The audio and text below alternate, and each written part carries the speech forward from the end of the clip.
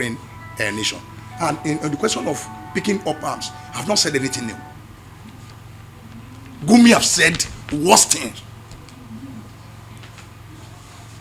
The governor, the immediate past governor of Castina, and many of us, they have called on the people to get arms to defend themselves because they knew that the state that they were part of ruling has failed its primary responsibility in protecting the lives and property of the people.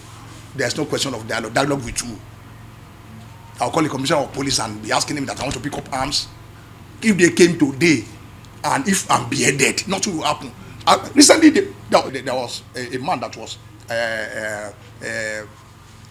maybe a king or someone, one influential person was kidnapped recently, and the police were saying that they got him free, and he came into the people to say he paid for ransom.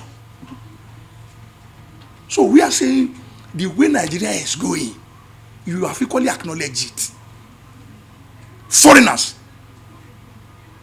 from Niger, from Mali, from Chad, and from Central African Republic, they were taking over our land. For how long are we going to continue to look? In the Bible, there was a time they asked Jesus that, who are you? There's something greater that Solomon is here. In this journey, I think the likes of Igbo met us on ground. They have their method. What we are doing, this clarion call is not new, and we are going to do it scientifically. And that is the point of departure from the way IPOB is handling it and what we are saying. A constituent assembly first, then we do the needful. They knew that Nigeria will collapse. They knew it. All of us, because the media that were here, we are more informed than even myself. You know what is happening. You have privilege to several informations. We are just individual and collective. We are just postponing the doomsday. We have been daily prosecuted. Hunger is persecution. Lack of good road is persecution. Lack of electricity is persecution. You know, when I don't have freedom to move freely, it's persecution. We are being daily persecuted. I think what we are saying in essence is that they will unleash what we know, what they are known for. State terror.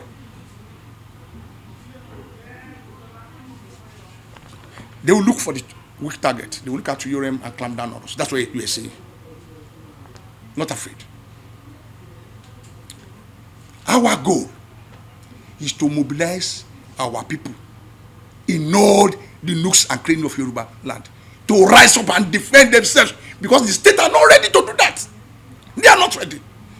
An example that you know, some members of NURTW in Lagos, if you have any quarrel with them, if you go and report them at police stations, they will leave you behind. Why? Imagine someone that you can call it out or whatever has an argument with a police officer with the rank of a sergeant and he slapped him. If I do the same thing, they will beat me to death.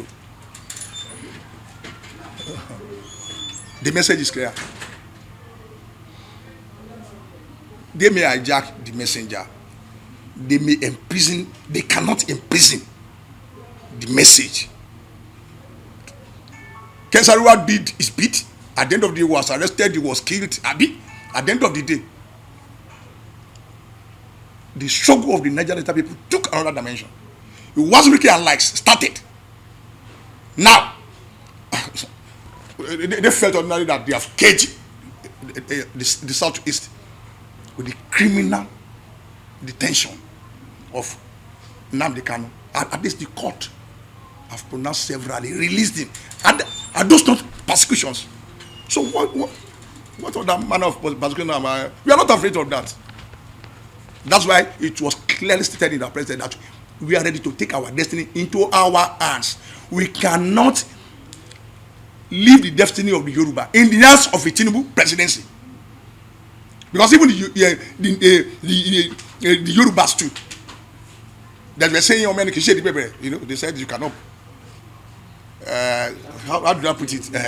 Beads in the wire that it can only fit your own child. We resort to primordial sentiment. And are we better off than the Igbo? Are we better off than the Jukun? Are we better than the Birom? Are we better than the Ijo? Because our son is ruling Nigeria today. A Congo of Gari has become 1,200 naira.